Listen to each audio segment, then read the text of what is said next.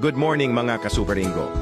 Balik Barangay Kabulacan at Barangay Madanding tayo, sakop ng munisipyo ng Lambayong, para ipagpatuloy ang ginagawa nating pagsasaayos ng kanilang pangunahing daanan o main access gravel road dahil sa patuloy at araw-araw na buhos ng malalakas na ulan, na kung saan apektado ang mga commuters, negosyante at farmers at lalo na ang mga teachers at students na bumabiyahe at pumapasok sa Barangay Madanding Secondary School.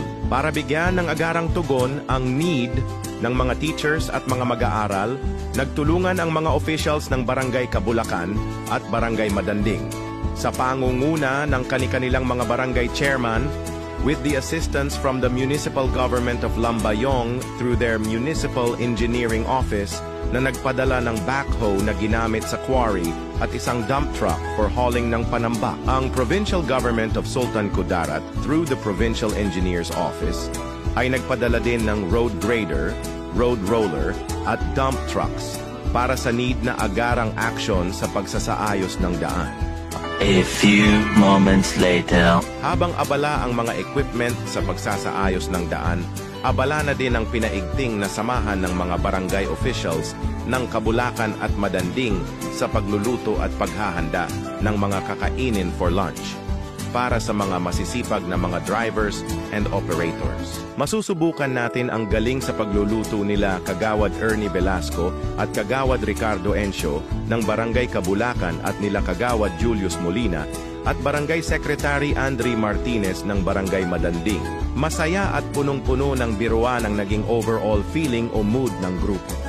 Dito mo talaga makikita at ma-experience ang totoong lutong bahay na ulam.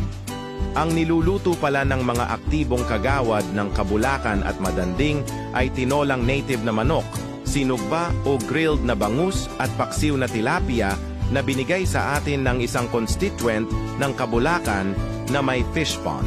Talagang mapapasabak na naman tayo mamaya sa kainan. Sisirain na naman ang diet mo nito since alam mong masarap ang mga ulam na ihahain mamaya sa hapagkainan. Sa puntong ito, halos patapos na lahat ng preparasyon ng mga uulamin. Lulutuin na lang talaga. Naluto na din ang kanin na fresh from the farm. At sinimulan na din lutuin ang tinolang native na manok, pati ang tilapia na ipapaksiw. Ang sarap talaga ng amoy ng ginisang native na manok. Wow na wow. Ayan at tamang hintay na lang ang lahat na maluto ang masasarap na mga ulam na ito. Nagbisita din si Kapitan Joven Pineda, Kabulacan Barangay Chairman, pati ni Kapitan Ernesto Gustilo Jr., Madanding Barangay Chairman. Ayan na.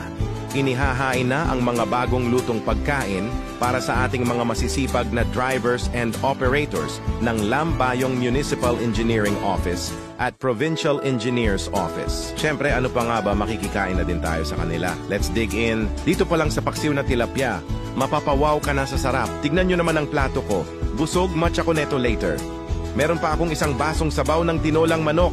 Mapapa-thank you Lord ka talaga. Sarap kain nila, RG16 Operator Michael Fuentes, DT55 Driver Julius Pedral at DT64 Driver Larry De La Cruz, kasama ng mga drivers and operators ng Lambayong MEO. Sa wakas, natapos din ang matinding bakbakan.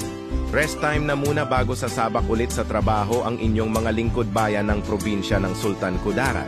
Ang kapatas in charge sa activity na ito ay si Rex Balikukos ng Team Bravo. Nahinto ang trabaho at umalis ang team mga almost 5 PM na at hindi natapos ang goal dahil hindi nakisama ang panahon.